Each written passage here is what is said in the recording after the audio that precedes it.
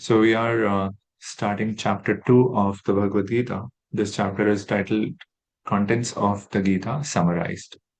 So chapter 2 is essentially the essence of the Bhagavad Gita. Yeah.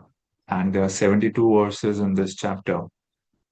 The first 10 verses present Arjun's collapse, how he collapses and then ultimately he surrenders. So we are going to see Arjun's grief. What is the diagnosis by Sri Krishna of his grief? Yeah. And then the teachings of Sri Krishna begin from verse 11. So here, chapter 2 is called Sankhya Yoga. This is a Yoga Shastra. Bhagavad Gita is a Yoga Shastra. Every chapter is a means to connect to the divine. It's a yoga. So this is yoga through Sankhya. Sankhya is understanding the nature of reality. So second chapter occupies a very fundamental position among all the 18 chapters. So chapter 1 presented the human problem. Chapter 2 will give a divine solution. So here we'll see the dialogue between Sri Krishna and Arjun. It'll go from Arjun expressing his Vishada. If you notice, Sri Krishna did not interrupt Arjun. He's letting him speak, he's letting him pour out. Because sometimes if somebody is justifying and you obstruct them, then they get more deeper into their analysis or beliefs. So best is to let them complete. Now, and Sri Krishna is also not going to say you are wrong. He is going to just suggest how has this come upon you. So we can see how brilliantly Sri Krishna is addressing Arjun's despair. So we are going to go from confusion in chapter 1 to wisdom in chapter 2, from despair and dejection in chapter 1 to purpose in chapter 2. So, here this chapter is like a seed, and all the future chapters are going to emerge from this seed of chapter 2. As we have discussed previously, Sri Krishna is not just merely going to persuade Arjun to fight. Sri Krishna is going to give Arjun a understanding of reality. It just so happens that the battlefield is a classroom. Yeah. And the crisis Arjun is in, it has become an opportunity for spiritual awakening. So please remember, it is not just about fight or war or strategy. No. It is an opportunity for Krishna to present or lead Arjun into spiritual awakening. And the timing that it had to happen was this, the battlefield. So here Arjun represents a sincere student who is seeking the truth. So, chapter 2 is therefore called the essence of the Bhagavad Gita. So Bhagavad Gita is in this Bhishma Parva of Mahabharata. Yeah, just before the war commences, the two sides are facing each other because of their conflict. It's not just a conflict about political power, it's about justice, about dharma. Yeah. And there are undertones of royalty, responsibility. So, and we have discussed that when all other means of conciliation fail, war becomes unavoidable. That is the spirit in which both these armies have assembled. And now Arjun requested Sri Krishna to take his chariot in the middle of the two armies so he could observe.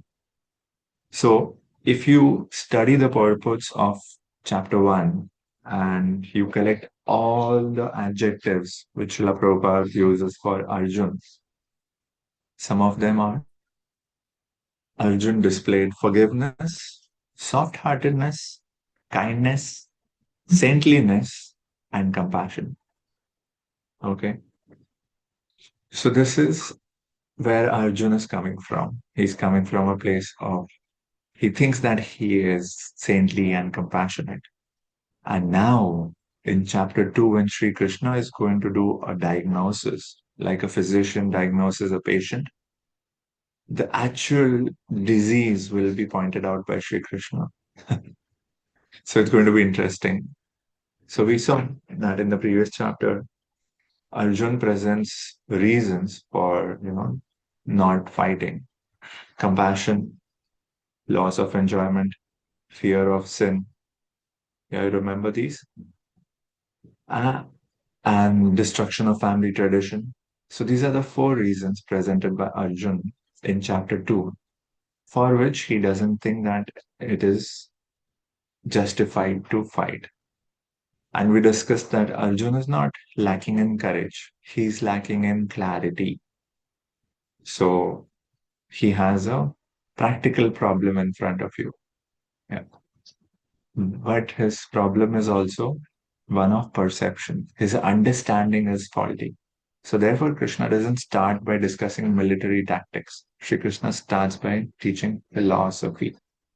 And we'll see beautiful themes in this chapter: the nature of the soul, karma, swadharma, equanimity, buddhi yoga, karma yoga, sense control, sthita pragya. So, this is entirely all the themes of the Bhagavad Gita. And then chapters 3 to 5 will expand on karma yoga. Chapter 6 will develop meditation, dhyana yoga, and mind control. Chapter 7 to 12 will deepen our knowledge of God and devotion. And the last six chapters will talk about gunas, jnana, tyaga, moksha. So essentially, chapter 2 is an introduction, a summary, and a framework for the rest of the Bhagavad Gita. So it's very interesting.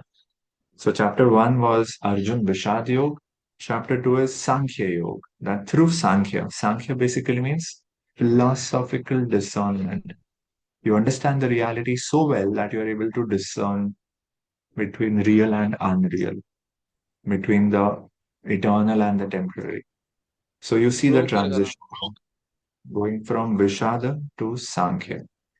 So chapter 2 is going to present wisdom. Okay, so we saw in chapter 1 that Arjun collapses, he's confused, he's helpless.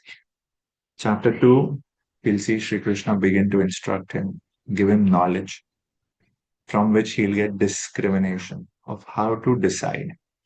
And he'll be able to identify his duty, what is his action, and how to gain liberation. So chapter 1 and 2 are, they form one unit. So let's see how Sri Krishna begins Sankhya Yoga. Why is it called Sankhya? Sankhya basically means an analysis. What are we analyzing? We are analyzing the difference between body and soul, analyzing through discrimination. Sankhya also comes from the word counting, Sankhya. So you list down and then you discriminate. Oh, this category has these properties. This category has these properties. So how should I compare and contrast and decide? That is the meaning of Sankhya. So Sankhya here in this chapter will help us discriminate between body and soul, Sat and Asat, self and attachments of the self. It'll help us distinguish between what is duty and what is attachment, what is Vidya and what is Avidya. So Arjuna is coming in as if he is in Vidya, but Shri Krishna is going to diagnose him that it's not so. Yeah, so the whole emphasis of Sankhya is to gain Viveka. The purpose of Sankhya is to reach a stage of Viveka. You have well developed discretion, you have the power to discriminate. So, Sankhya is not the same as when we use Sankhya in terms of the six systems of philosophy. There is one school called Sankhya. This chapter is not using it in that sense. It is using the word Sankhya in a broader way to describe spiritual knowledge. Okay. Basically, distinguish the eternal from the temporary. So we are going to discuss Atmagyan, Sankhya, Karma Yoga, Buddhi Yoga, and even psychology, in fact, because in the section on Sthitadhis, how can somebody be of can somebody can reach the stage of equanimity? What does it require to reach there? the position of Sthita Pragya. Okay, so let's start first with the section on Arjun's collapse. He's going to present a few more arguments and he's going to demonstrate his indecision. Yeah, we will see that in the sixth verse in this chapter, after presenting all his justifications, finally he agrees that I made a lot of arguments, but actually I am confused. So he admits that.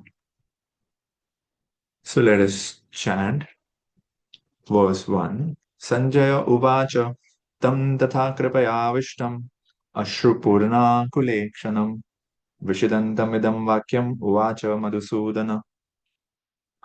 Sanjay said, seeing Arjun full of compassion, his mind depressed, his eyes full of tears, Madhusudan, Krishna, spoke the following words. So here, first of all, we see the idea that Prabhupada states straight away starts by saying, why do we see, what are these symptoms? Kripaya avishtam, compassion, but is it true compassion? Here in the purport, Prabhupada says it's material compassion. So he qualifies compassion by calling it material compassion. Lamentation. Hmm. Vishidandam. Why are you lamenting, Arjun? And also crying. So material compassion, lamentation, and tears, they are all signs of avidya.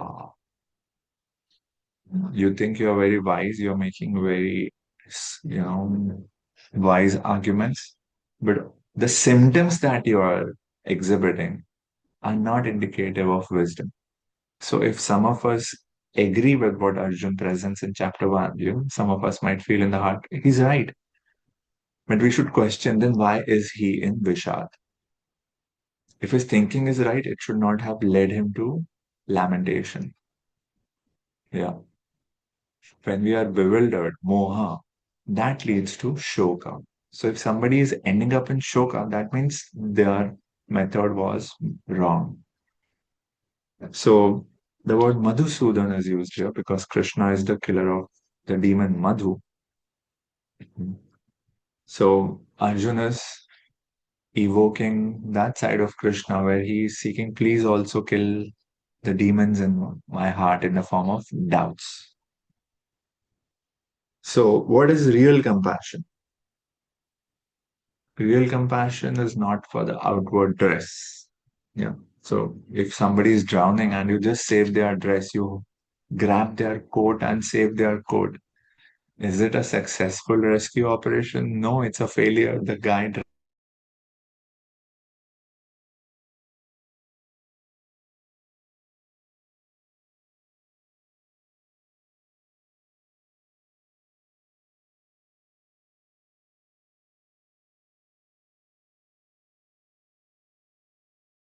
bodily welfare. That's as good as saving somebody from drowning in an ocean by saving their clothes.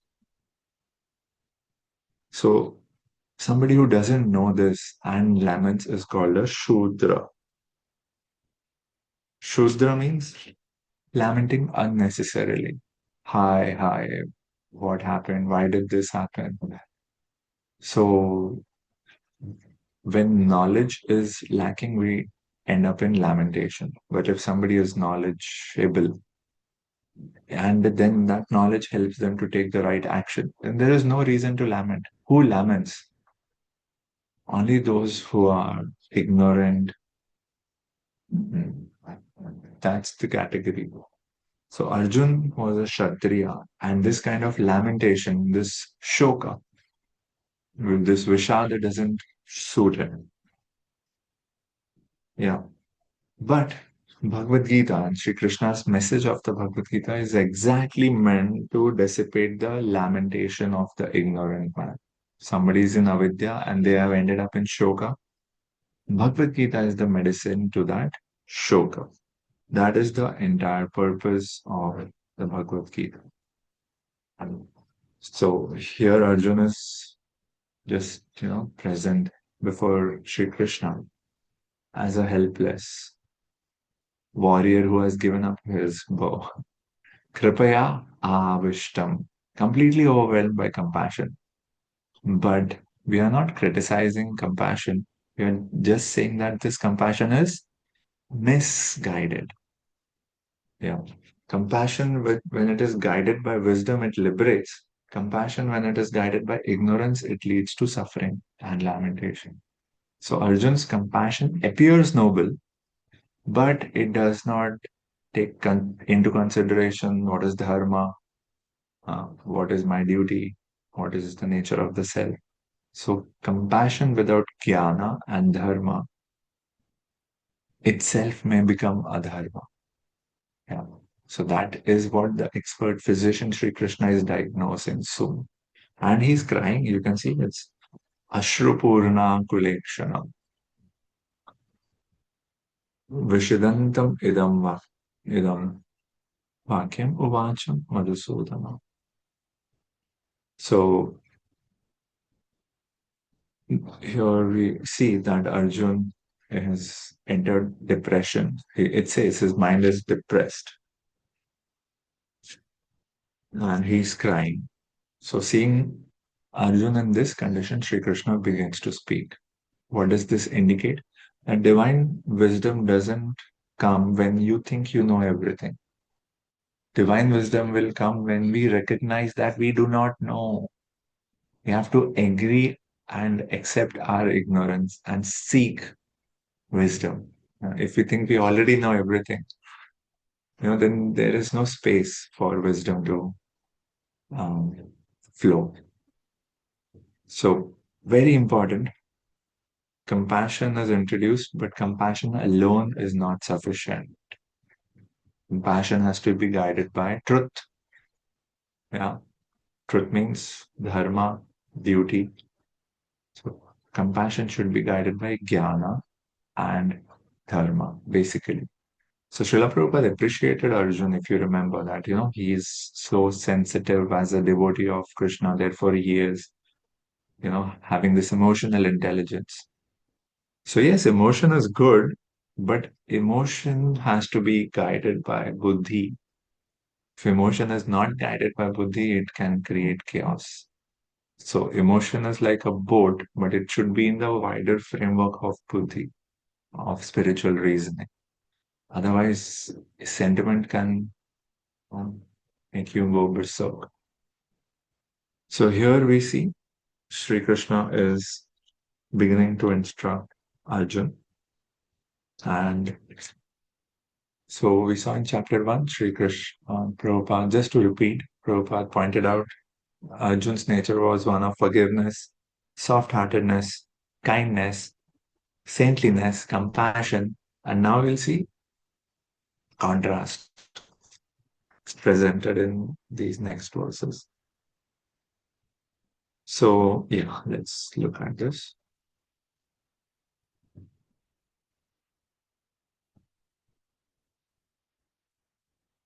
Let's chant verse 2. So these are the first words of Sri Krishna in the Bhagavad Gita. Sri Bhagavan Uvacha Kutastvakashmalam idam vishame samupastitam anaryajushtam aswargyam akirti karamarjuna. The Supreme Personality of Godhead said, My dear Arjun, how have these impurities come upon you? These are not at all befitting a man who knows the value of life. They lead not to higher planets, but to infamy. So the first words spoken by Sri Krishna is not consoling Arjun. He's not saying, do not worry, everything will be all right. So he's not appeasing Arjun in any way. He is, in fact, challenging Arjun's way of thinking. Yeah, he is, pinpointing that your suffering is caused by confusion. So first, Krishna diagnoses before prescribing him the medicine. So these verses are Sri Krishna's diagnosis of Arjun's condition, that his perception was mistaken. Remember, chapter 1 was about perception, nirikshana. So Arjun's perception was mistaken. Yeah. So Shri Krishna is first exposing that. That starts the beginning. That is the beginning of spiritual knowledge. So here we see that Arjun started with confusion, wrong perception. But now, what I'd like you to think of is perception is foundational and emotion is emergent. Emotion emerges from perception. A lot of times we discuss about solving or correcting emotions. Emotions are a symptom of your perception. So Arjun's emotion, we are reading about his emotion and confusion, but what is at the root of that? What is at the root of his Vishada? It is his wrong perception. Like Prabhupada strikes in the first line of the purport itself. All of these are signs of ignorance of the real self. So Arjun's emotion, his depression is coming from ignorance of the real self. It is coming from wrong perception. So what is the cure? Should we change how he feels? Should we change the emotion? No, we have to correct the perception. How do we correct perception? By wisdom. Therefore, Sri Krishna is going to teach us Tattva Gyan. He's not just comforting the symptoms like blowing air on the boil. He's curing the disease at its root. So Srila Prabhupada says, Bhagwan, Sri Krishna is addressed as Bhagwan throughout the Bhagavad Gita. So, and we saw in the introduction that people who do not accept Sri Krishna as Bhagwan, but accept just, still comment on the Gita, that's hypocritical. Shri Krishna is Bhagwan, Shri Bhagavan Uvacha. If you are not accepting Shri Krishna as Bhagwan, there is no use in, trying to study and comment on the rest of the Bhagavad Gita because you were mistaken from step one. So we have seen what does Bhagwan mean. Bhagwan is the complete conception of the truth, complete Shriyas, Aishwarya, Vairagya, Shri, knowledge, strength, wealth, beauty, fame, renunciation, all of these excellences to the fullest extent. That is the significance of the word Bhagwan. So Prabhupada says, Bhagwan is the ultimate understanding of the absolute truth. And then he explains through the example of sunshine being compared to Brahman, the sun's surface being compared to Paramatma, and the sun planet and sun god himself being compared to Bhagwan. So those who are beginners, ordinary students, they are satisfied simply by understanding the sunshine. Those who are new or not who have not gone into the depths of spiritual understanding, for them they're like, oh yeah, it's Brahman. They're satisfied by appreciating the pervasiveness of the divine, that the absolute truth is all pervasive. And it is an effulgence, it is a glaring, bright light. So they are satisfied with that. But those who advance still further, they know that there is a sun disk, which is compared to Paramatma. And this person who can enter into the sun planet can see there is Surya Narayan Bhagwan, or compared to Bhagwan, creature. So bhaktas or the transcendentalists are those who are called bhaktas, those who have realized Bhagwan. Those who have realized Paramatma are called yogis, and those who have realized Brahman are called jnanis. So, all students are engaged in the study of the absolute truth. They are engaged in the same subject matter, and the subject matter is the same. That's what we discussed last time, that we should not create a sense of difference between one feature and others. They are cannot be separated from one another. Brahman, Paramatma, and Bhagwan, these are not three different things. These are three levels of understanding of the same one absolute truth. Okay. So the students of these three different phases are not in the same category.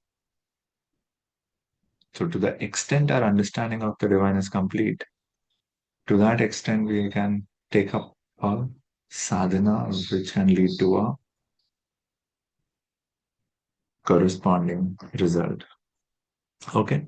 So Srila Prabhupada says Bhagwan, as explained by Parashar Muni, is one who possesses all opulences in full. But only Krishna can claim to have this. And we've studied in other scriptures that other entities, including Lord Narayan, Lord Shiva, Brahma, Jivas, they have a lesser proportion of these opulences. And Srila Prabhupada then quotes from Brahma Samhita. Ishvara Parama Krishna Satchidananda Vigraha Anadir Adir Govinda Sarva Karana Karanam. So Krishna has 64 qualities in full. Lord Vishnu or Narayan have 60. Lord Shiva has 54. And Jiva, in their perfected self, have 50 of those. So Krishna is supreme because none can excel him. And also, Srila Prabhupada gives reference from the third chapter of the first canto of Srimad Bhagavatam, where it is systematically established by studying all incarnations and expansions. And Krishna is not an avatar. He's not even the source of the avatars. Yeah. Garbhodakshaya Vishnu is the fountainhead of all incarnations, avatars. Lord Krishna is not in the category of avatars or avatari. Lord Krishna is a different category itself, the category of Swayam Bhagwan. Ete cham sakala pumsa Krishnastu Bhagavan Swayam.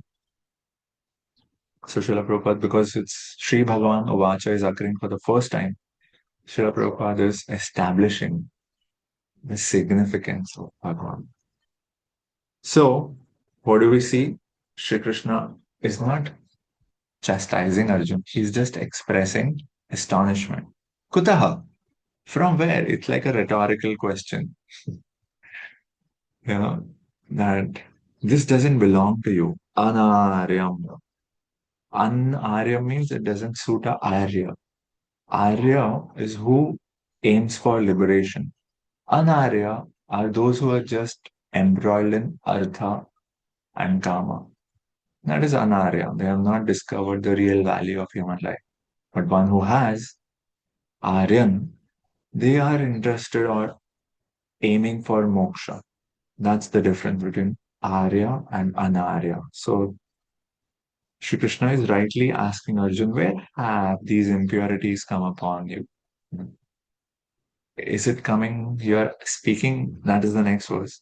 You're speaking as if you're wise, but have these impurities come upon you from? From fear, from your attachments, from your ego, or from ignorance? Yeah. Kashmalam.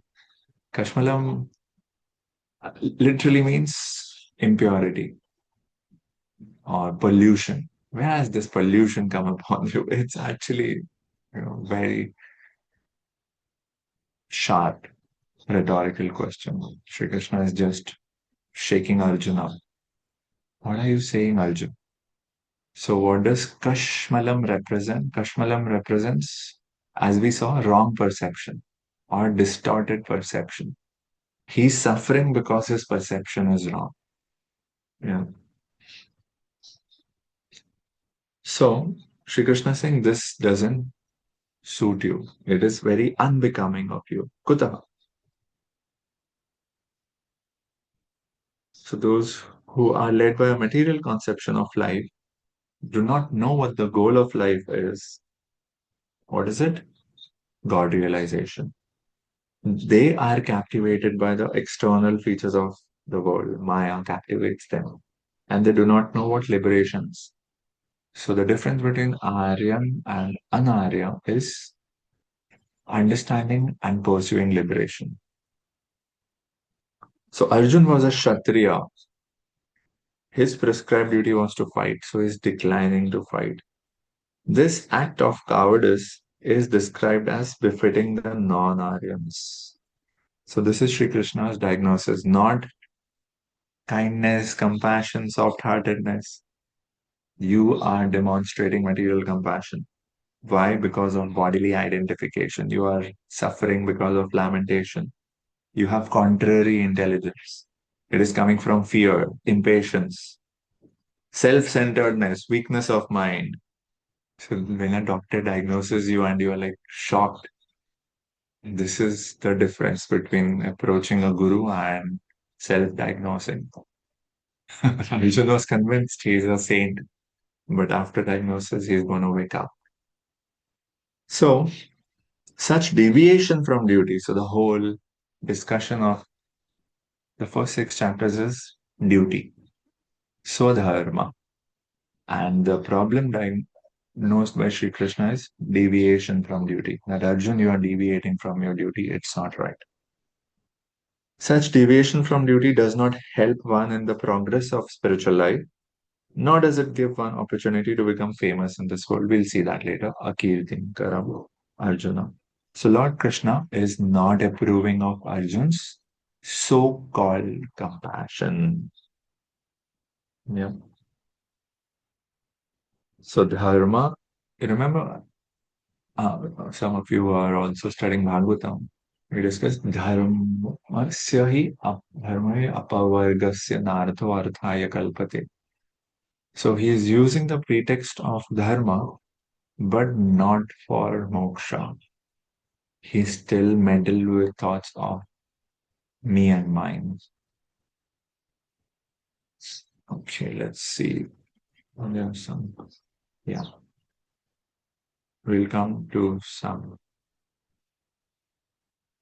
Let's look. Okay, so Anarya Jushtam, that Arya is not about, status or anything like we saw, knowing the value of liberation. So it will not lead you to Swarga. In fact, it will lead you to Akirti.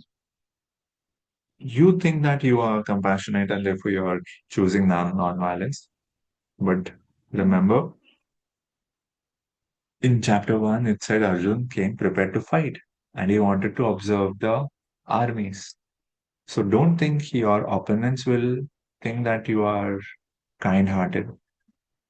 It'll bring dishonor. They'll criticize you. They'll mock you that Arjun ran away from the battlefield. Yeah, so for a Kshatriya, Akirti is worse than death.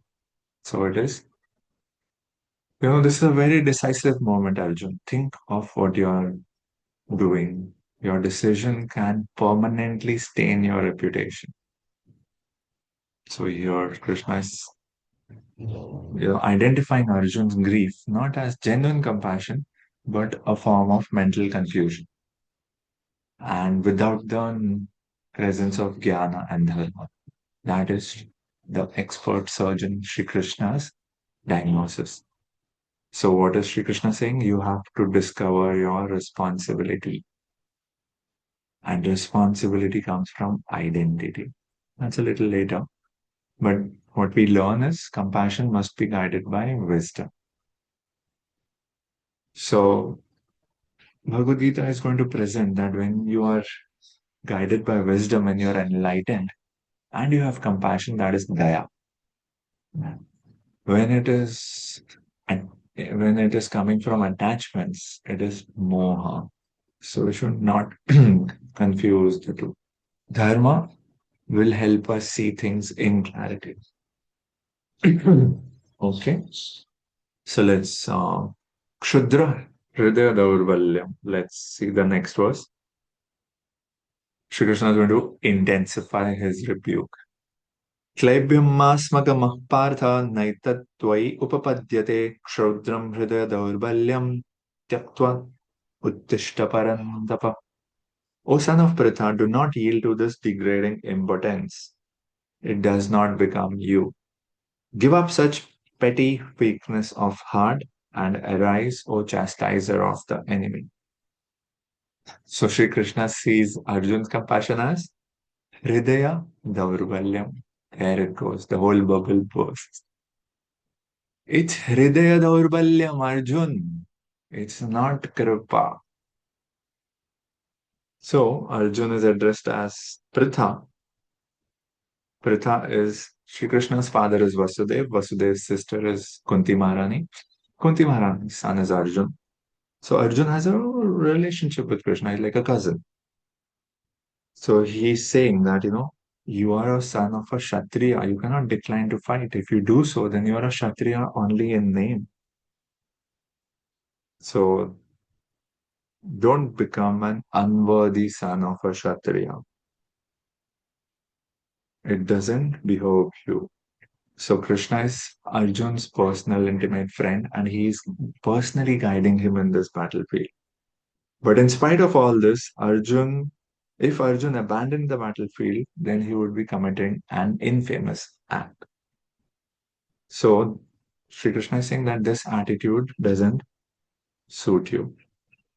If you give up the battle thinking that you are kind and compassionate for Bhishma, Drona, and your other family members, Sri Krishna is seeing that magnanimity in its truth as weakness of heart.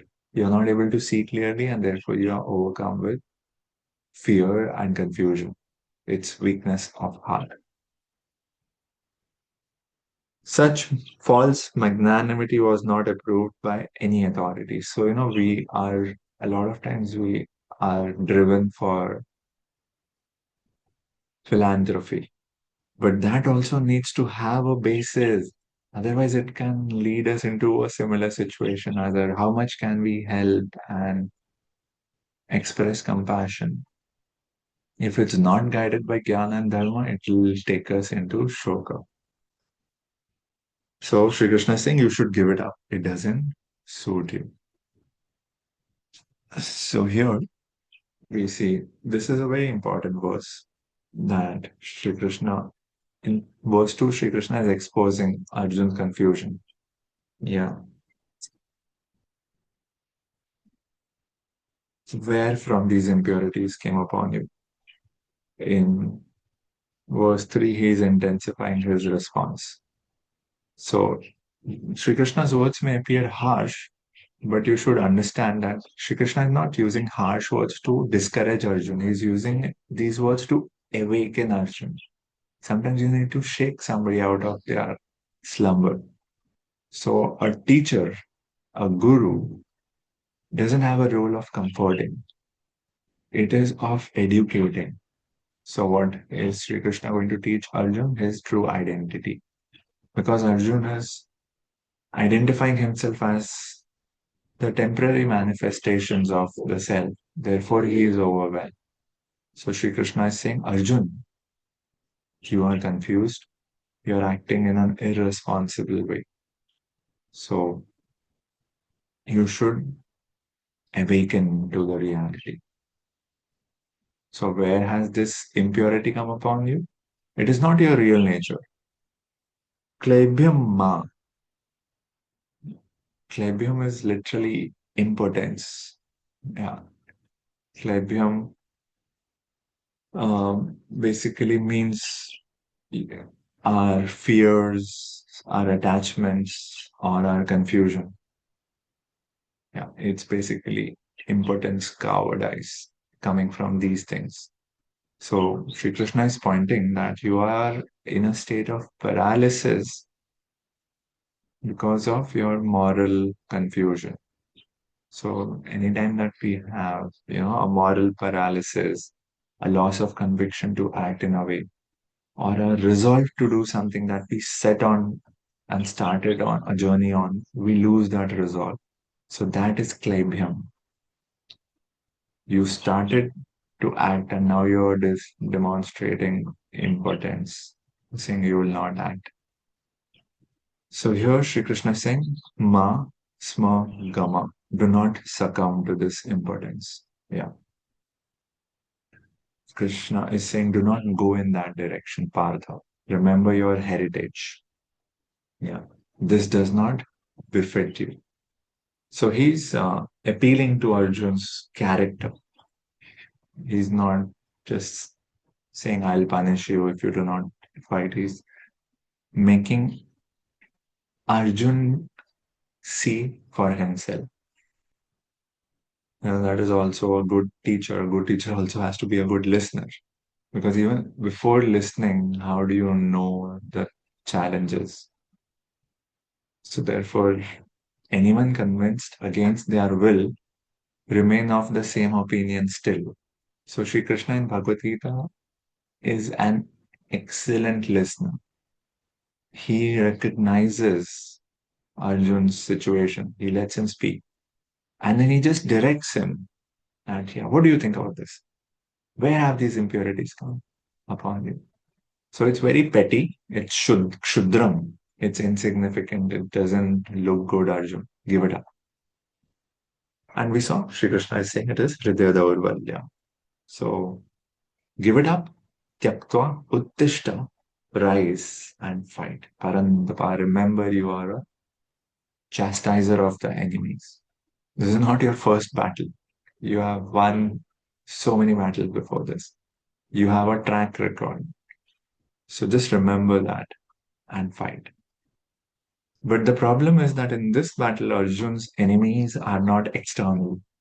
He's facing internal enemies of fear, attachment, delusion, grief, indecision. So Parantapa will signify that one who can conquer both the inner and outer enemies. Okay, so such magnanimity or so-called non-violence should be given up by a person like Arjun under the direct guidance of Sri Krishna. So we are neither for violence or silence. Shri Krishna is presenting the need for justified violence. Yeah, like we discussed, law in a courtroom, there is punishment announced for certain degrees of crime. So violence has its utility if it is in the right hands. So Arjun, you are a Kshatriya. You are supposed to enforce law, enforce dharma, which involves the appropriate use of violence. We are not saying reckless violence. Neither are we saying be silent. Avoid both these two extremes and employ necessary violence for establishing dharma. So Arjun still has some arguments to make. He's not done. So Arjun speaks in verse 4. Arjun Uvacha Katham Bhishmam Aham Sankhye Dronam Cha Madhusudana Ishubi Parityotsami Puja Ravarisudana. Brilliant argument. Arjun said, O killer of enemies, O killer of Madhu, how can I counterattack with arrows in battle men like Bhishma and Drona who are worthy of my worship? So you are Madhusudan, very comfortably you have killed the enemies. But you're telling me to kill my own family members? Have you ever killed your family members? So why are you telling me to kill family members? So Arjun is still unconvinced. Yeah, he is not willing to fight his kinsmen. We discussed in chapter 1 that they are atatayi, aggressors or criminals. But Arjun thinks that this is not an ordinary case of criminals. The criminals also happen to be our relatives. So how should we administer justice? So his confusion or dilemma or dejection is because two of his virtues or values are conflicting: his duty as a Kshatriya and his reverence for his elders. What should I do? So, this is a deep ethical dilemma for Arjun. It's not black or white, it's not very easy. So, Arjun is saying, you're asking me to fight.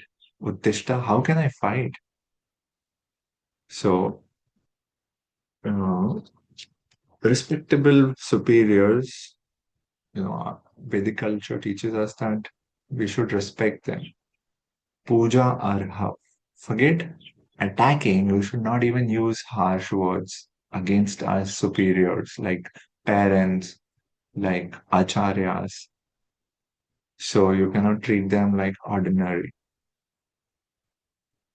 Superiors, it is general etiquette that the superiors are not to be offered even a verbal fight.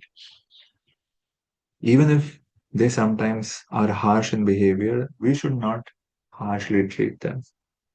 So how can Arjun attack his own? Would Krishna ever attack his own grandfather, Ugrasena, his teacher Sandipani Muni? You are Madhusudana. You didn't attack your teacher or your grandfather. Why are you telling me to do the same? So again, you think, yeah, this is good argument, but not really. So for Bhishma Dev, yeah, and Dronacharya, Arjun has a lot of respect. So Arjun is asking, how? How do you expect me to attack?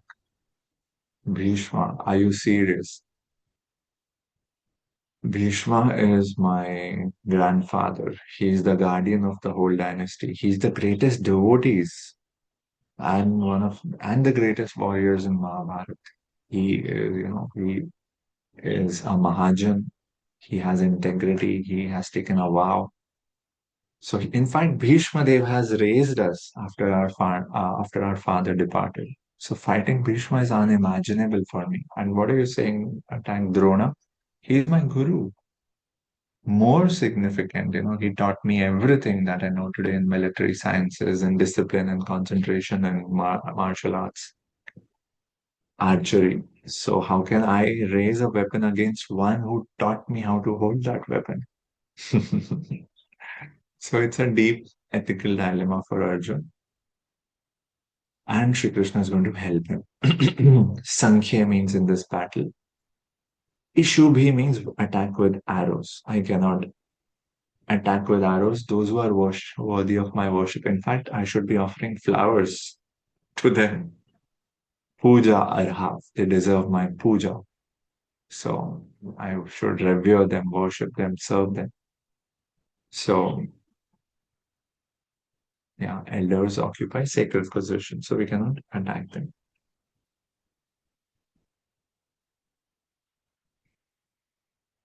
So here, let's look at Arjun's situation of Kashmalam. It is born out of, we will see. Yeah, let's come to verse 7 and then discuss this. Okay. Hmm. Yeah. Let's chant verse 5. That's Arjun continues to make an argument that, I'm facing a conflict between two duties. My Guru Seva, honoring elders and teachers, and my Kshatriya Dharma. This is the ethical tension that Arjuna is facing, Guru Seva or Kshatriya Dharma. So the problem is that both of these are my duties and both of these are genuine duties. Now they are conflicting. Now what do I do? So there is a tension here. And as we saw, values of respecting elders are Vedic values. So what do we do when values collide? Arjuna is not choosing between a right and a wrong. He's choosing between two rights. He's choosing between loyalty and justice, between gratitude and responsibility, yeah, between personal affection and social obligation. So, because of his role as a public leader, this also reminds us of Sri Ram. Same situation. We'll always, when we have public responsibility, social responsibility, there's always going to be this tension. And Sri Krishna is going to help Arjun navigate this. So, Dharma is not black or white. Dharma is sensitive to context. In one context, one principle may apply. In another context, the same principle may not apply. So, we cannot follow Dharma by book learning. Dharma requires maturity and realization. Therefore, we have to take guidance of teachers, gurus. So, there's complexity of application of Dharma. So, Arjun's argument is coming from a good place, but it is also misplaced, as Sri Krishna pointed out. Let's read verse 5. Gurun avatya hi mahanubhavan shreyo bhuktam bhaishyam apiha loke hatvartha kamamstu gurun ihaiva bhunjiya bhogan rudira pradigdhan. It would be better to live in this world uh, by begging than to live at the cost of the lives of great souls who are my teachers. Yeah, it's better. Begging is better than sin. Even though desiring worldly gain, they are still superiors. If they are killed, everything we enjoy, remember the word we enjoy, he went from welfare of others to self welfare. You see how quickly it becomes selfish? That is the symptom of that delusion. He started by saying, I am a noble person, but at the heart, it is my enjoyment. If they are killed, everything we enjoy will be tainted with blood. So, yes, scriptural codes says that, yeah, fine. So, you see the level of argument. It is like a court case. There are layers to this. So, first is somebody who is a criminal can be punished. Then, but if the criminal has a special category, guru, elder, they should not be punished. But then there is a next injunction also. They are, you are treating them in the category of elders and gurus, but have they retained the dignity of that position? So Prabhupada says, according to scriptural codes, a teacher who engages in abominable action. What is the abominable action that Dronacharya and Bhishma Deva engaged in? They did not object to the disrobing of Draupadi. Asat Sabha. So if the greats commit an abominable action, that indicates that they have lost their sense of discrimination and they are fit to be abandoned. Can you imagine the same scriptures which hold Guru on such a pedestal as good as God, is also having a clause where you can, abandon that Guru if that Guru is committing an abominable action due to loss of discrimination. So there are checks and balances. So, yes, they are your gurus and teachers, but look at it factually, Arjun. They are siding with Adharma. They did not protect Draupadi. They are not stopping Duryodhan. Yeah, they are obliged to take Duryodhan's sides because of financial assistance, Prabhupada says. They should not have accepted such a position simply on financial considerations. Yeah, you like an employee sometimes. Because you are taking salary, you cannot, then speak up if something unethical is being done. You're complicit in it. So therefore, Brahmanas do not take a remuneration. They are independent and therefore they can audit. If they were dependent, they could not be neutral. So Brahmana is very careful in not being financially dependent. So much so that they are ready to live a life of poverty. But somebody has to uphold the truth. Somebody has to give, go beyond appeasement. So under the circumstances, they have lost the respectability of teachers. So this is the third layer. Yeah, they are in a special category, but they have lost. They cannot, like diplomats have immunity. Diplomats, ministers, they cannot be treated like ordinary citizens if they do some, misdemeanor. But there are clauses. If they cross a certain line, then they also have to be punished. They lose their immunity. So these are people in a special category. They have certain diplomatic immunity, but because of their behavior, they have lost it. So please don't put them in that category. They have not stood up to what is required to be in that category. But Arjun thinks that Nevertheless, they remain his superior. So, what is this? This is not seeing the truth. This is attachment overcoming perception. So, yeah, I mean, we can now understand what is going on here. He's saying that, how can I fight my elders? He's presenting a moral argument, remember. Naitikta, Naitikvad. That is his stand. Shri Krishna is there standing in front of him, Dharma personified, but he's quoting Naitikta, Niti. So, I'd rather live as a beggar. So the connection is, what will be the consequences if I do fight? You're telling me to rise and fight. If I fight, I'll end up attacking Maha Anubhav, these great souls. Yeah, I cannot fight them. Even if I could, I should not. That is what Arjun is thinking.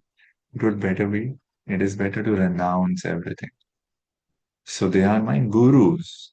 I cannot kill them. They are Mahanubhava. Not only because they are my teachers, in general, they are Mahanubhava. They are Mahajans.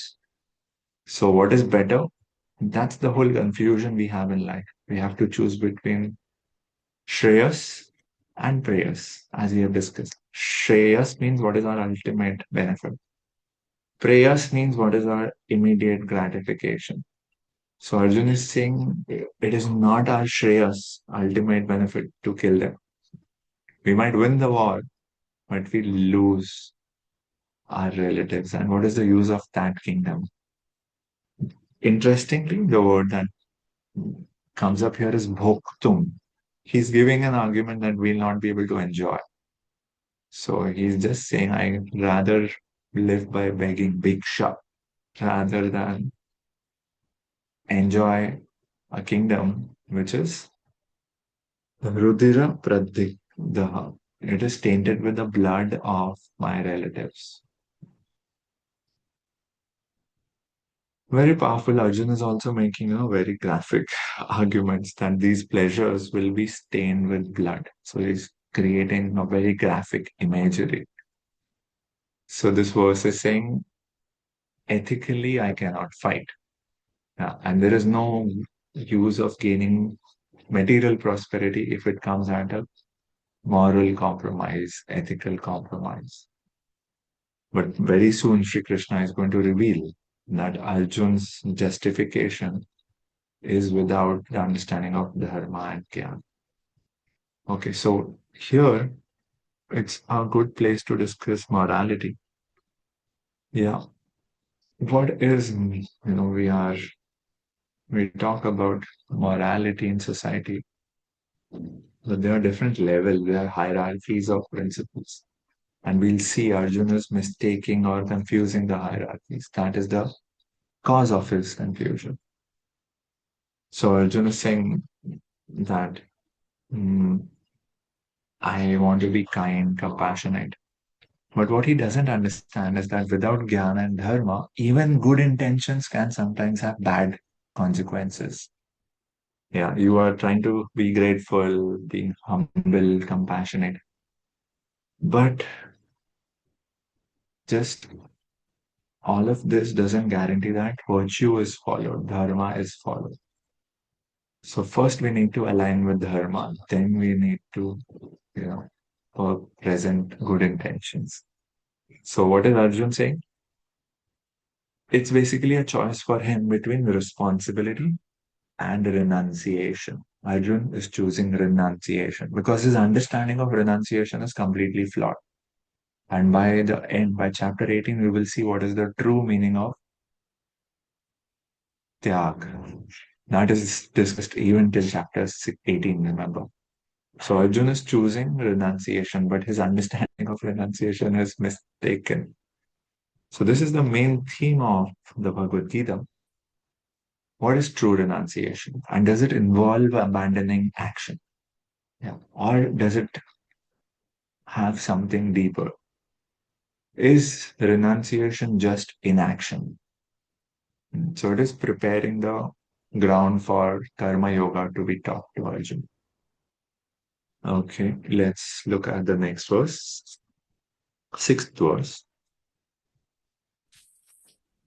न चैतद्विद्यम् कृतं न गरीयो यद्वा जयेम यदि वा no जयेयुः यन्न हत्वा न जिजीवेषामस्ते अवस्थिताः प्रमुखे धार्तराष्ट्राः. So this verse is signifying Arjun's indecision. He's finally acknowledging that Krishna, I'm unable to decide. I'm making all these arguments, but in reality, I'm totally confused. Nor do we know which is better. Hmm. With Maha. Na Vidma. So he's saying, I do not know. Nor do we know which is better, conquering them or being conquered by them. If we kill the sons of Dhritarashtra, we should not care to live. Yet now they are standing before us in the battle. Yeah, so Arjuna is saying, I am now confused. Should I let them conquer me or should I fight? So Arjun did not know whether he should fight and risk unnecessary violence, although fighting is the duty of Kshatriya. So here is the main confusion of Arjun. Unnecessary violence. Should I risk it or not? I mean, for him, it should not even occur. As a Kshatriya, his duty is to fight. If he did not conquer, how will he survive as a Kshatriya? He'll have to beg. But, and he's thinking that, okay, even if I take your instruction and inflict violence on my elders, Anubhava, gurus, what is the guarantee that we'll win? Hmm? There is still no certainty of victory because either side might emerge victorious. So, if they were to be victorious,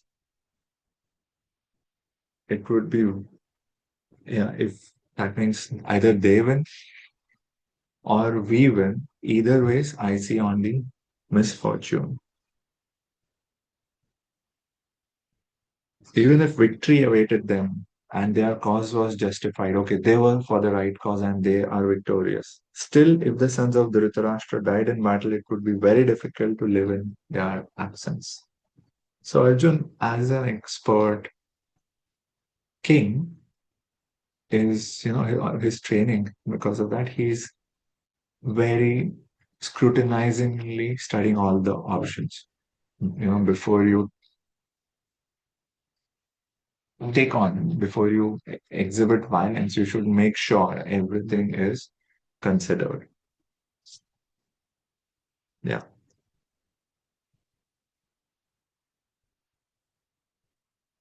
Under the circumstances, there that would be another defeat, kind of defeat for them. So all these again, Prabhupada is presenting the devotional side of Arjun because he's considering. It's not that confusion just means that he's ignoring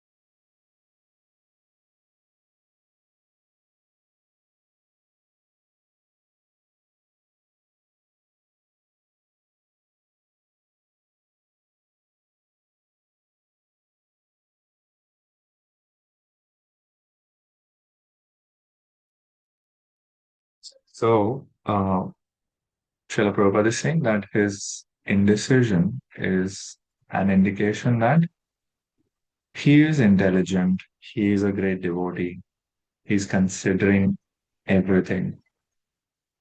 And Prabhupada also says he has control over his mind and senses. He can pause and not instinctively begin to attack. So Prabhupada is seeing, presenting this in good light.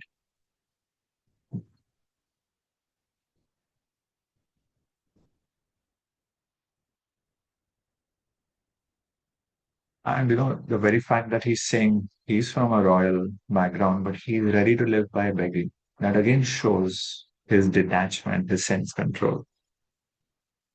He was truly virtuous, as these qualities combined with his faith in the words of instruction of Sri Krishna, his spiritual master, indicate. So Arjun is quite fit for liberation. Why? Because he is a devotee, he is intelligent, his senses are controlled. So without knowledge and devotion, there is no chance of liberation. Arjun was competent in all these attributes over and above his enormous attributes in his material relationships. So we see Prabhupada presenting different shades of Arjun's indecision. Yeah.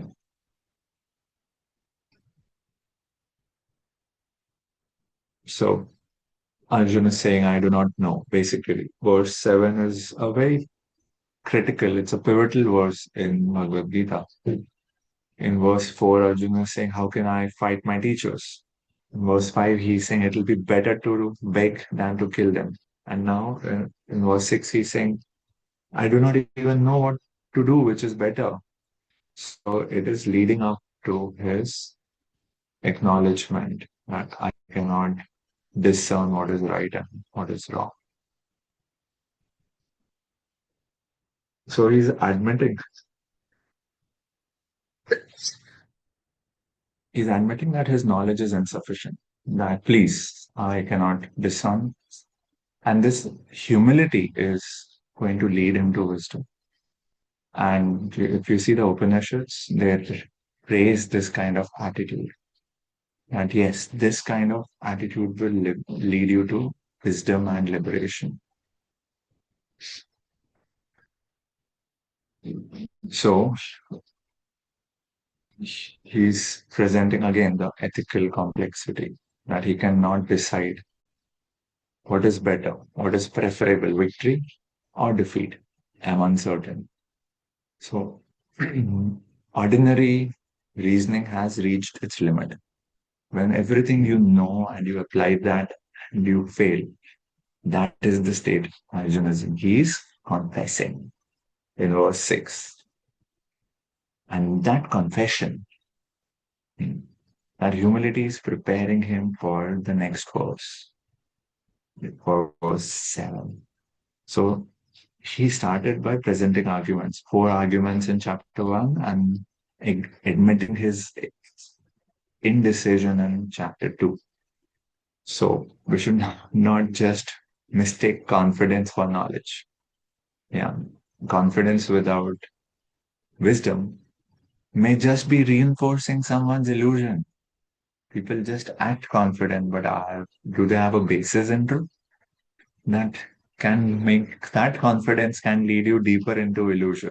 So better is to have the humility of admitting that I do not know. This is what precisely differentiates Arjun from Duryodhana. Arjun admits that, yeah, I do not know, please help me. So Arjun is in an ethical dilemma. We saw his conflicting between Guru Seva and Kshatriya Dharma and the different layers of justice, morality, ethical complexity. What is ethical complexity? We have to choose between two goods rather than choosing between a good and a bad. So Arjun is facing that complexity. So victory is morally troubling him. Okay, yeah, victory is right, but I'll not be able to look at myself in the mirror after that. But defeat is appearing again politically disastrous. None of these options are seeming satisfactory. So he is saying, ordinarily, success Winning or conquering them would mean victory. But now success, conquering them has lost its meaning for him. I do not know. Why? Because his definition of success was divorced from dharma. He was having a definition of success which was not rooted in dharma. That is why he is bewildered. Now comes a beautiful verse 7. And 7, this is when the whole conversation is going to turn. Let's chant. कार्पण्यदोषोपहतः स्वभावा पृच्छामि त्वां धर्मसम्मूढचेताः यश्रेयस्यान्निश्चितं ब्रूहि तन्मे शिष्यस्तेऽहं शाधि मां त्वं प्रपन्नम्. Prapannam means to surrender. His humility of the previous verse, his admittance of his indecision leads him to surrender. So verse 7 is indicating Arjun's surrender. Now I am confused about my duty and have lost all composure because of miserly weakness. So he admits here, Karpanya dosha. In this condition, I'm asking you to tell me for certain what is best for me. Shreya, I'm confused. You tell me what is ultimately beneficial for me. What is my ultimate good? This is the same question which the Shaunakadi rishis ask Suta Goswami. What is Ekantata Shreya? What is the ultimate good? So same question is asked by Arjun here. Now I am your disciple. Shishyas. A friend becomes a disciple. I'm your disciple and a soul surrendered unto you. Please instruct me. Shadhi. Instruct me. Treat me as your disciple. Don't treat me as your friend anymore. So this verse is so beautiful. It talks about discipleship, shishya, sharanagati, what is guru, how the guru relationship between Sri Krishna and Arjuna is going to change from one of friends to one of guru disciple, and what will it imply? Shreyas versus prayers, that discussion, and how spiritual inquiry begins. Okay, so Karpanya dosha, miserly. What is miserly? Giving up my natural courage as a Kshatriya, that is my miserliness. So he admits, he knows that he's choosing to act wrongly. So till now, Arjun and Shri Krishna are speaking as cousins, as intimate friends, equals. But now Arjun says, after presenting arguments in compassion, ethics, fear of sin, concern for tradition, renunciation, I live by begging, uncertainty, I do not know whether we should conquer them or be conquered by them. So it just Shri Krishna has not intervened yet. He's just gently exposed Arjun's weakness. Now, something remarkable is happening in this verse. Arjuna is approaching Sri Krishna as a guru. This single transformation of their relationship is going to change the nature of the entire dialogue. Bhagavad Gita will begin from here. Everything happening with Arjun was to lead him to this moment. Yeah. So this is the turning point of the Bhagavad Gita. Wisdom cannot be transmitted when you are in a setting of a debate. I think this, I think that. Wisdom requires receptivity. So if Arjun thinks he's capable of solving the problem, Krishna largely remains silent, right? And that's also what people do, those who are wise. Saying if the person is acting or in a way that they know it all, they'll not be open to helping them, because imagine somebody who doesn't need your help. So it said that If you try to help a fool, it'll only make them more angry. So a lot of times, sometimes in our setting in an ashram, in a conversation with seniors, somebody asked the seniors, "You're mature, you can foresee if somebody is acting in an immature way, why don't you correct them?" They said, "We can see, but we cannot correct them because they are not ready to take help. In fact, they'll criticize us back. So it's not as easy as just being able to see and then helping. It requires receptivity, it requires humility. If somebody thinks they are the most intelligent person in the world, what can you, how can you help them? Yeah, so information can be given to anyone. And that's, the world we are in today. But wisdom can be received only by somebody who is ready to learn, who has receptivity, who has open hands. Yeah. Arjun made a lot of arguments here. I think, it seems to me. Now he's finally admitting, please teach me. So this is, beautiful surrender demonstrated by Arjun here. And let us see, this is a very important verse. So we'll look at the words here. Karpanya, Srila Prabhupada says, comes from the word kripana, miser. So there are two categories, generosity and miserliness. So, and the equivalents of that in Sanskrit are Brahman and Kripan. So one who is miserly is called a Kripan. One who is generous is called a Brahman. So um, let us read a little before that. The complete system of material activities is a source of perplexity for everyone. So it's not that Arjuna is, solvable problem.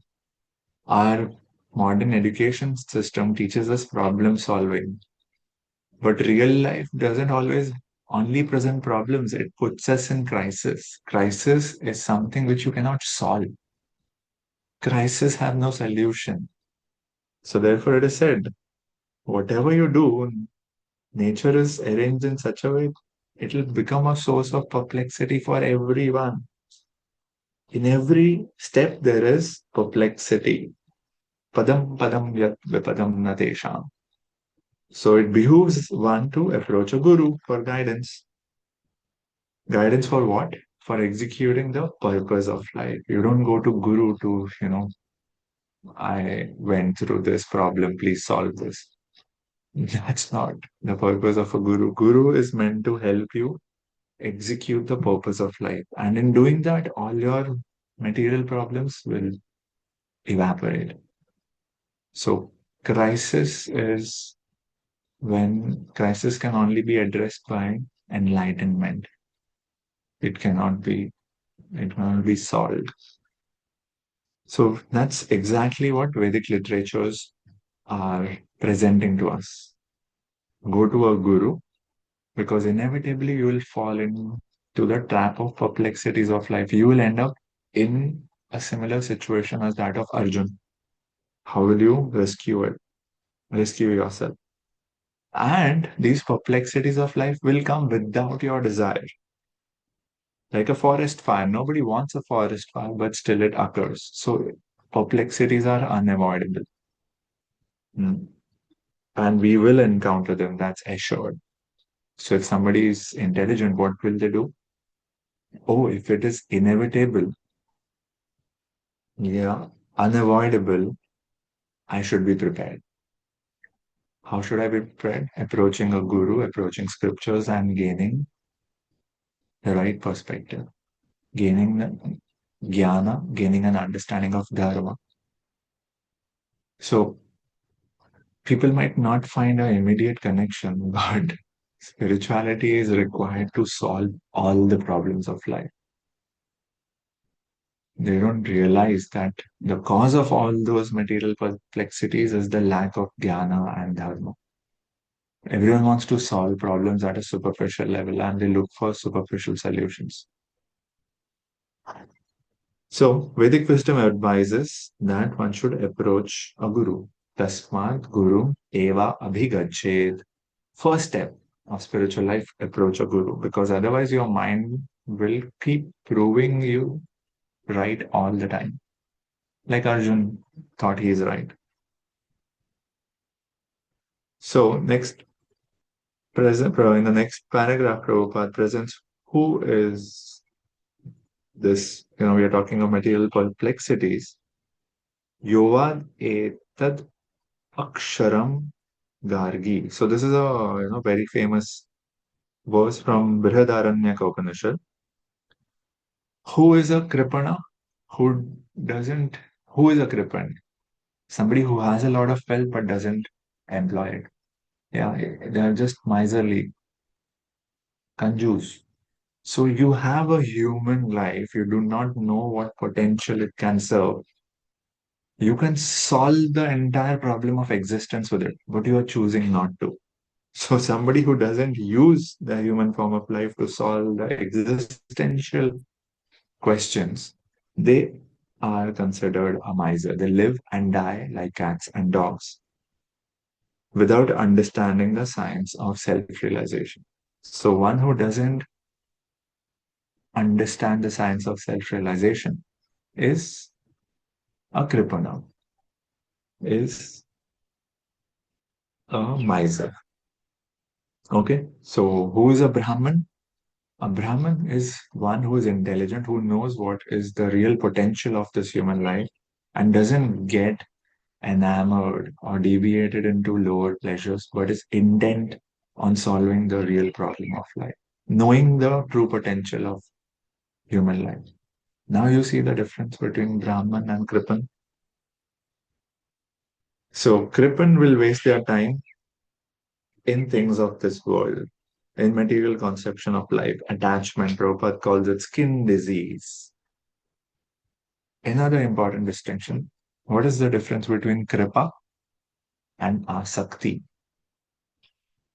Kripa is compassion, mercy.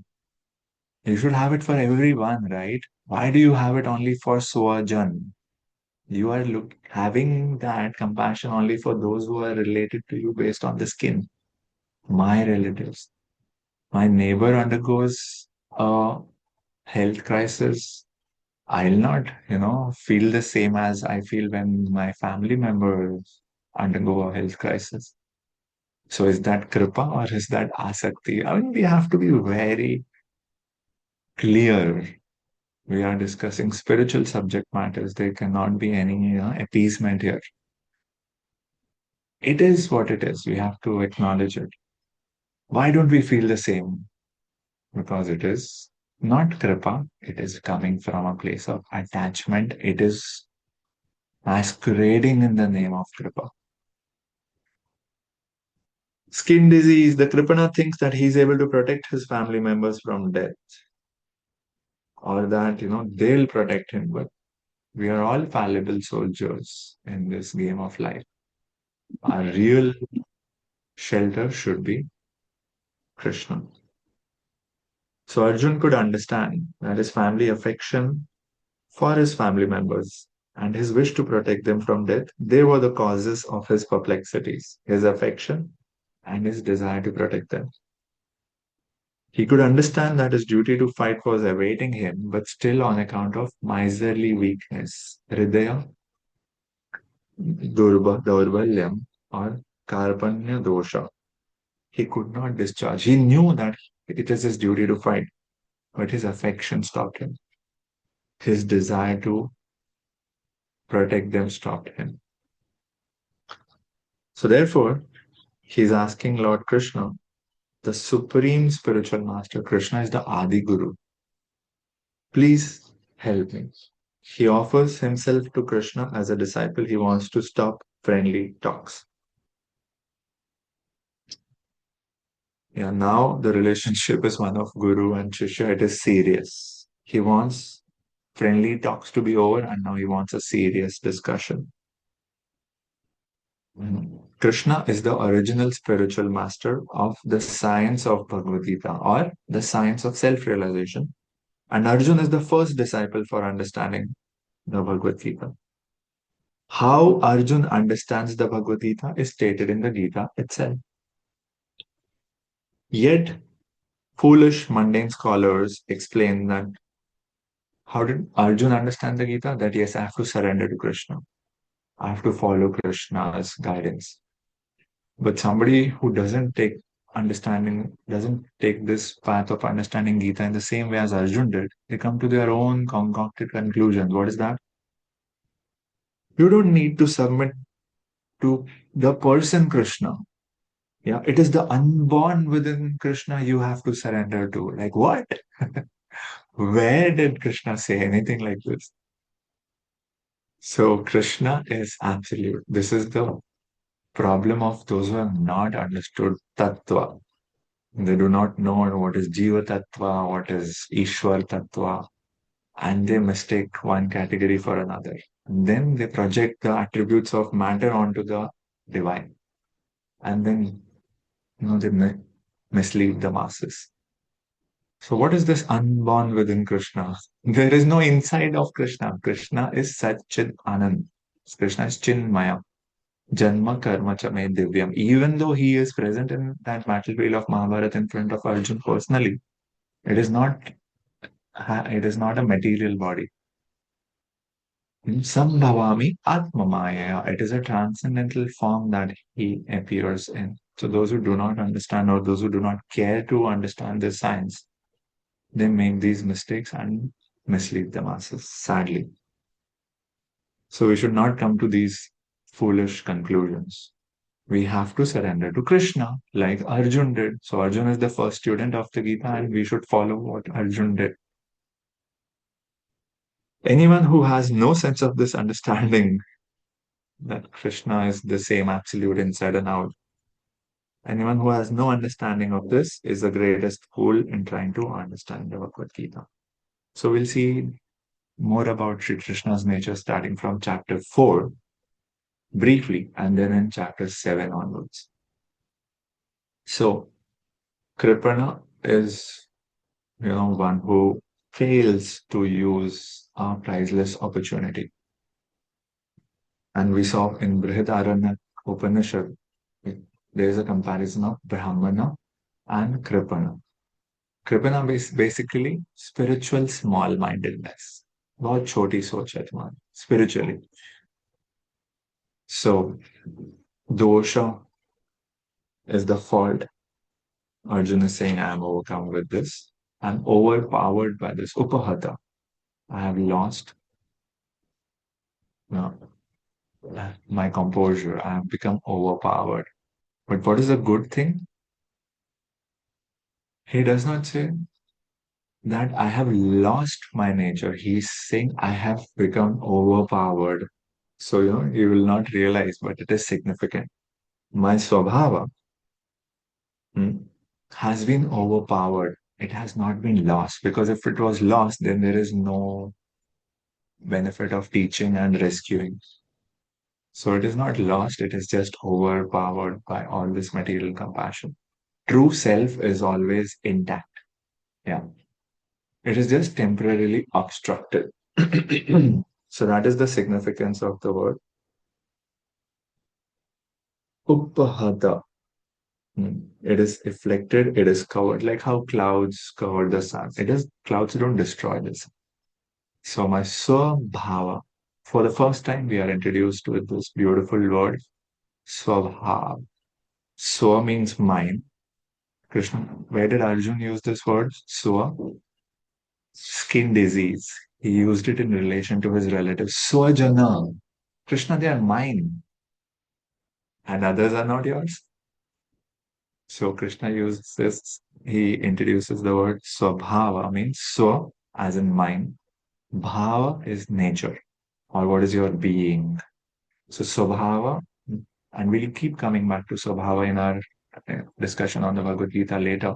Swabhava means one's intrinsic nature, your essential character. That is swabhava. So karpanya dosho pahat swabhava. So I have become overwhelmed by this dosha or fault of karpanya. And what is the karpanya? That I'm not able to execute my dharma. So, what is dharma? Because Arjun uses the word dharma here, let's also introduce the idea of dharma. So, you see, this verse 7 is impregnated with so much wisdom. Dharma, sammudha cheta. My mind is confused about dharma. What is dharma? Dharma has many meanings, yes, but in different contexts, we understand it in different ways. Dharma basically means to uphold. Yeah, it is not just religion. Prabhupada doesn't like equating dharma to faith. Because Prabhupada says faith can be changed. Today you are of one faith, tomorrow you can be of another faith. But dharma cannot be changed. It's way deeper than that. So dharma can indicate our duty.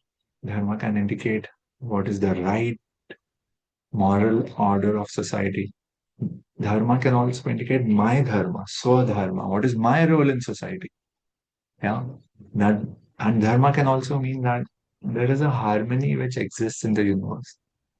And in fact, the more precise word for that universal harmony is called rita. Dharma is more about moral order, duty, and a principle that sustains the universe. That's dharma. So the universe is in harmony. It is working on a certain order, and to uphold that order is called dharma. And what includes serving or upholding dharma? Respecting my elders, justice for society, loyalty for truth, fulfilling my responsibility as a Kshatriya, ultimately obedience to God. All of this is dharma. So Arjuna is not ignoring dharma, he is conflicted between his different dharmas. And is he just confused? He's thoroughly confused. Some mudha, completely bewildered. In in chetana. So his entire consciousness has become bewildered. His emotions, his memories, his reasoning, his judgment, everything is bewildering.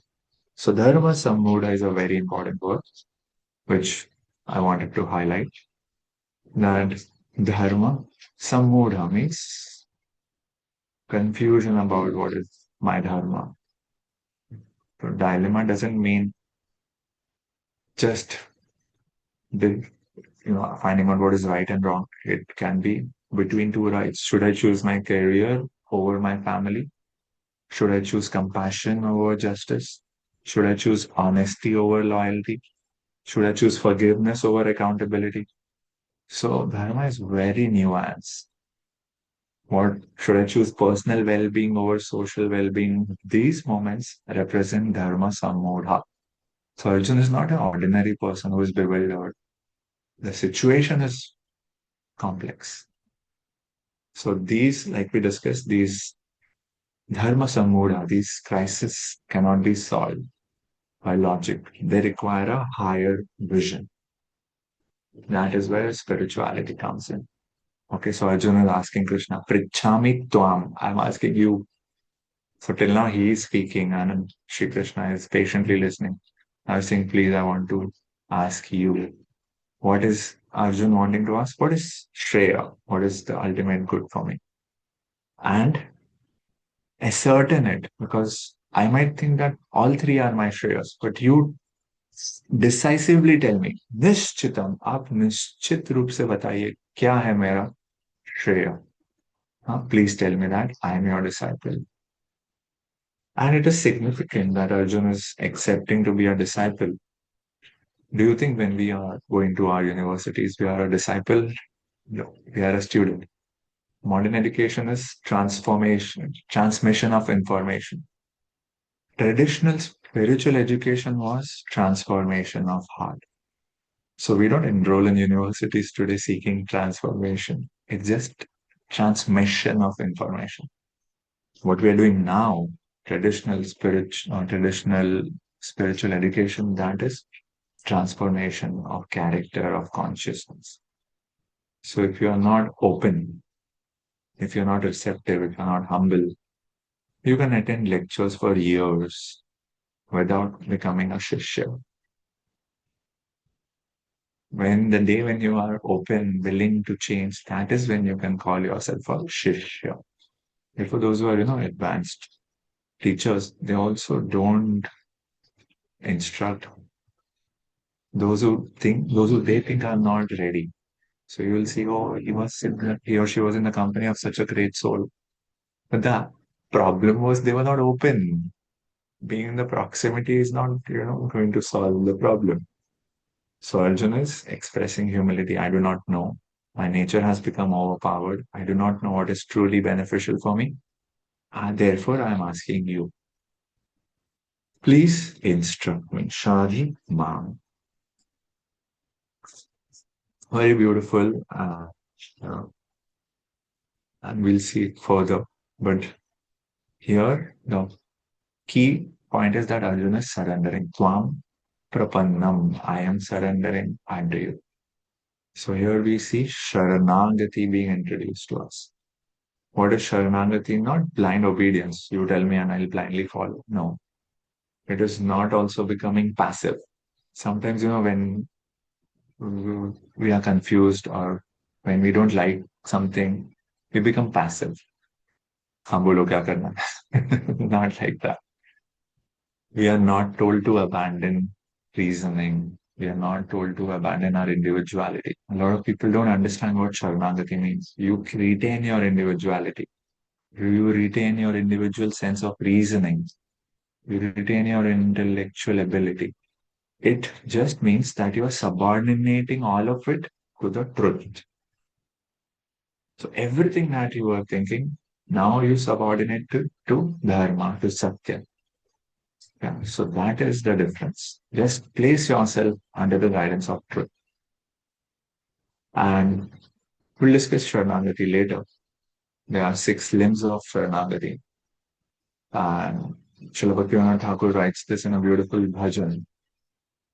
Um, we'll take it later again. But today we'll discuss why is Sharanagati or surrender necessary. You know, unless surrender yourself, how will somebody cure you? If somebody is lost, yeah, they cannot use a wrong map to find their way out. They necessarily have to seek help. So it hurts our ego. That's where the blow is. And yeah, I cannot solve this myself. I need help. I need a map from the outside. So we in our current condition state with our attachments and our ego, we cannot independently free ourselves from our own attachments and our delusions. We need external help. That is the meaning of surrender. So, I mean, there's so much to discuss, but that's the beauty of the Bhagavad Gita. And let's look at what we saw so far and conclude. Just in these 7 verses, there's so much to learn. We start with Arjun's crisis, and Arjun's collapse was presented in the first 6 verses. He's not able to reconcile which dharma should I follow, Guru Seva or Kshatriya dharma. And what is the root cause? Karpanya dosha. And the solution is going to be curing that dosha. How will that emotional delusion or emotional collapse be cured? At an emotional level? No.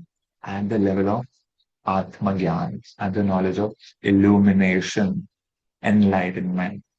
So therefore, verse 7 is significant. And I surrender to you. Yeah. So please instruct me. So it ends in submission to a spiritual master. Why are we, emphasizing this? Because unless we understand this, we'll not really learn. We'll be able to talk about a lot of things, but will not ever transform. So these are, the teachings presented here, and it's coming from a place of shoka, grief. Shoka leads to him being confused about his duty, dharma sammoha, and klebhyam, weakness of heart. So if Shri Krishna asked, Kutastva kashmalamjam. So what are these impurities? If you have to break down the impurities, there are three. Confusion about duty, dharma sammodha. Second impurity is shoka, grief which is incurable. If you have felt it, you have felt it. Third impurity is weakness of heart, hridaya daurvalya. So these three impurities have completely taken over Arjun, and he is now become confused. And he is lucky to have Sri Krishna in front of him, whereby he could surrender and benefit from Sri Krishna's instruction. Okay, so we'll stop here. Thank you very much. La Prabhupada Ki Jai, Srimad Bhagavad Gita Ki Jai.